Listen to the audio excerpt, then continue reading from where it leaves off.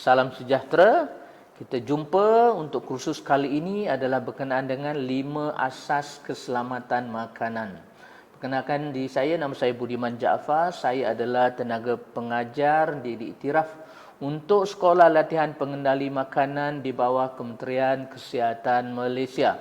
Saya telah menjalankan kursus ini khusus untuk semua pengendali makanan di seluruh Malaysia bermula daripada tahun 2004. Ini adalah sesi pengenalan untuk kursus kita kali ini. So saya akan berkongsi apa yang pentingnya. Kenapa? Sebab ini adalah antara yang asas. Industri makanan antara industri yang cepat membangun dan paling mudah diceburi oleh siapa saja yang hendak memulakan perniagaan mereka. So sangat penting bahawa pengendali makanan yang bersih dan selamat itu adalah sangat kritikal, kerana selain daripada kita nak pastikan makanan kita itu laris, makanan kita itu mudah dikenali ramai, viral, tapi yang paling asas sekali, makanan itu mestilah selamat untuk dimakan. Dan asas untuk mendapatkan makanan yang selamat mestilah bermula daripada pengendalian makanan yang bersih. Dan kursus ini adalah untuk semua yang ada dalam industri makanan, termasuklah bermula daripada seorang pekerja pengendali makanan, pihak pengurusan dan juga pemilik bisnes perniagaan, kerana ini adalah akan menentukan hala tuju syarikat kita daripada bermulanya gerai hinggalah ke kilang dan juga hotel antarabangsa. Kursus ini amat penting kerana kita akan menerangkan kepada pengendali makanan kaedah untuk mengelakkan pencemaran, kerosakan dan keracunan makanan. Jika ada terjadinya pencemaran makanan, biasanya ada 2 risiko yang besar kepada perniagaan makanan. Yang pertama adalah dia akan menyebabkan kerosakan kepada makanan, menyebabkan kerugian kerana bahan mentah yang kita gunakan dan juga makanan yang sepatutnya kita hidangkan untuk membawa perniagaan kita lebih maju tetapi rosak sebelum dia sempat dijual. Risiko yang kedua adalah akibat daripada tindakan undang-undang. Okey, saya akan bercerita lebih lanjut pada bab yang akan datang, tetapi cukuplah saya beritahu jika kita gagal menyediakan makanan kita secara bersih, secara konsisten, kita mungkin berisiko mendapat tindakan undang-undang yang menyebabkan kita kehilangan perniagaan. Dan kursus ini adalah bila bercakap dengan kebersihan, keselamatan makanan, keracunan makanan, kita tidak boleh lari daripada undang-undang. Dari segi peranan undang-undang, dia adalah untuk mengawal kebaikan, kepentingan orang ramai. Itu adalah peranan undang-undang. Selain undang-undang, kita juga ada sistem keselamatan makanan. Sistem keselamatan makanan bukan saja di peringkat Malaysia tetapi di peringkat antarabangsa. Tujuannya adalah sebenarnya adalah untuk memberikan kita suatu sistem yang kita boleh amalkan secara konsisten. Okey, dengan itu dia akan mengelakkan kita daripada tindakan undang-undang dan lebih daripada itu dia akan boleh memajukan perniagaan kita kerana ia adalah suatu strategi pemasaran. Okey, kursus ini untuk siapa? So kursus ini adalah kepada semua yang terlibat dalam industri makanan bermula daripada pemilik perniagaan, pihak pengurusan, penyelia dan pekerja. Tetapi saya nak fokuskan kepada pemilik kerana pengetahuan tentang keselamatan makanan ini akan menukar perspektif kita.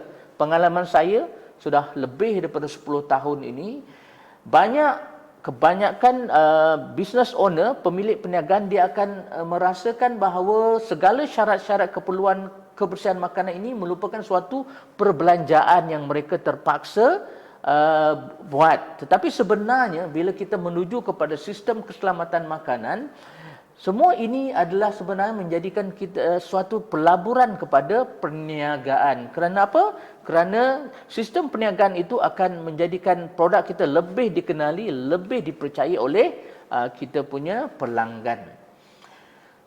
Bila bercakap mengenai industri makanan ini kita boleh klasifikasikan kepada tiga industri. Yang pertama adalah industri pengilangan. Ini termasuklah kilang makanan. Berbagai jenis kilang makanan, sama ada makanan itu untuk pelanggan yang boleh sedia dimakan ataupun ia adalah satu makanan yang merupakan bahan mentah kepada produk makanan yang kilang yang lain akan menggunakannya. So itu adalah industri makanan yang pertama.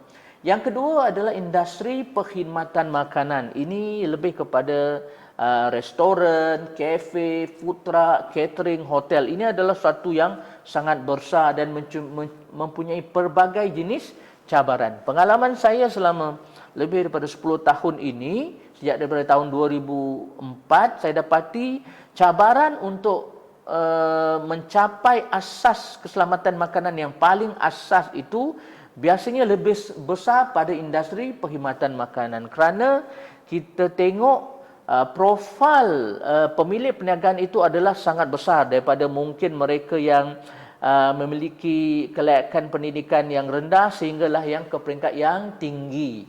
Kerana kefahaman keselamatan makanan dia berasaskan kepada fakta saintifik. Okey, itu industri yang kedua. Industri yang ketiga di mana kursus ini ditujukan adalah industri kita panggil industri hybrid. Apa dia industri hybrid? Hybrid bermaksud combination, gabungan antara industri penghilangan dan industri perkhidmatan makanan. Yang paling biasa kita dengar adalah dapur berpusat ataupun center kitchen. Sebab center kitchen ni sebenarnya dia mempunyai ciri-ciri sebagai satu kilang makanan sebab mereka menghasilkan produk makanan, okey, dan tidak ada walk-in customer, dan dalam masa yang sama dia juga sebenarnya servis, okey, menghantar itu makanan adalah untuk dimakan oleh pelanggan di restoran.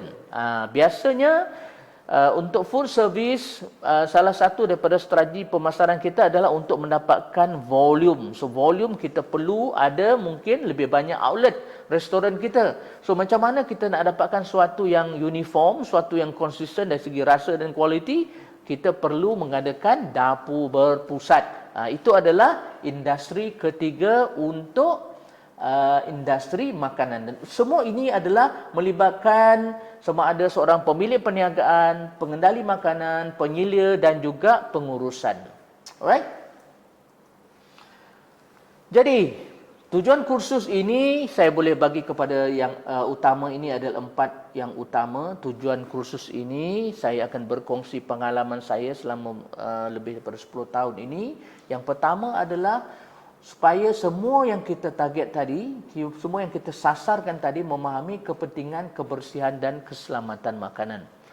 Amat menyedihkan untuk saya yang dalam industri dah lama bila kita baca ada kes keracunan makanan masih terjadi pada tahun 2020, 2021 setelah kita sudah mencapai pelbagai jenis kemajuan dalam industri lain, tetapi masih lagi perkara asas menyediakan makanan yang selamat tidak tercapai. Itulah akibatnya bila kita tidak memahami pentingnya kebersihan dan keselamatan makanan, akibatnya akan terjadi kes keracunan makanan. Tetapi untuk memastikan kita punya amalan kebersihan makanan kita itu sentiasa konsisten, kita kena faham prinsip amalan kebersihan. Itu sebab saya letakkan tajuknya adalah 5 asas. Dengan 5 asas ni, sama ada kita daripada industri penghilangan atau industri perkhidmatan makanan atau industri hybrid macam center kitchen, semua akan dapat pemahaman yang paling asas. Dan selepas itu kita juga kena faham berkenaan dengan undang-undang yang berkaitan di Malaysia berkenaan dengan makanan. Ada pelanggan-pelanggan saya pernah berkongsi dengan saya, Encik Budiman, memang industri makanan ni menguntungkan ataupun dia mudah kita nak menceburi, tetapi risiko undang-undangnya sangat ketat. Takut apa-apa mungkin tak berbaloi dengan perniagaan kita, mungkin sedikit keuntungan berbanding dengan risiko tindakan undang-undang yang mungkin kita akan hadapi. Tapi sebenarnya benda ini akan jadi mudah kalau jika kita faham undang-undang tu dari peringkat asas lagi. Dan terakhir sekali, tujuan kursus kita adalah supaya kita kena faham fungsi dan faedah sistem keselamatan makanan. Apa sistem keselamatan makanan? Salah satu dia halal. Lagi kita ada mesti. Mesti bermaksud makanan selamat tanggungjawab industri. Satu sistem untuk menaik taraf cara kita mengamalkan keselamatan makanan dalam proses penyediaan makanan kita. Bila kita bercakap sistem, apa yang kita nak capai adalah satu konsistensi, suatu yang seragam, berterusan. Bukanlah mudah jika kita tidak ada sistem. Contohlah kita tengok dari segi supply kita. Supply bahan mentah kita akan sentiasa berubah. Mungkin dari segi musim panas, musim sejuk akan menyebabkan kualiti makanan kita berbeza juga. Bahan mentah kita mungkin akan lebih cepat rosak, lebih mudah rosak dalam masa yang ringkat pada musim yang panas. Supply kita bukan datangnya daripada dalam negara saja. Mungkin bahan mentah kita datang daripada luar negara. Luar negara mungkin dari segi isu bencana alam ataupun kes peperangan menyebabkan ada kekurangan dari segi supply. So ini semua perlukan sistem macam mana kita nak manage, macam mana kita nak kawal supaya kita punya proses penyediaan makanan sentiasa konsisten dari segi kebersihan, sentiasa konsisten dari segi keselamatan dan juga sentiasa konsisten dari segi kualiti. Itulah yang kita masukkan sistem keselamatan makanan. So jika anda nak bermula perniagaan makanan, itulah yang menjadi kita punya ultimate goal, yang mencapai yang paling tinggi sekali bila bukan saja perniagaan kita berkembang oleh sebab meningkatnya sales jualan kita, tetapi kita ada kawalan dari segi cara kita menghasilkan produk makanan kita.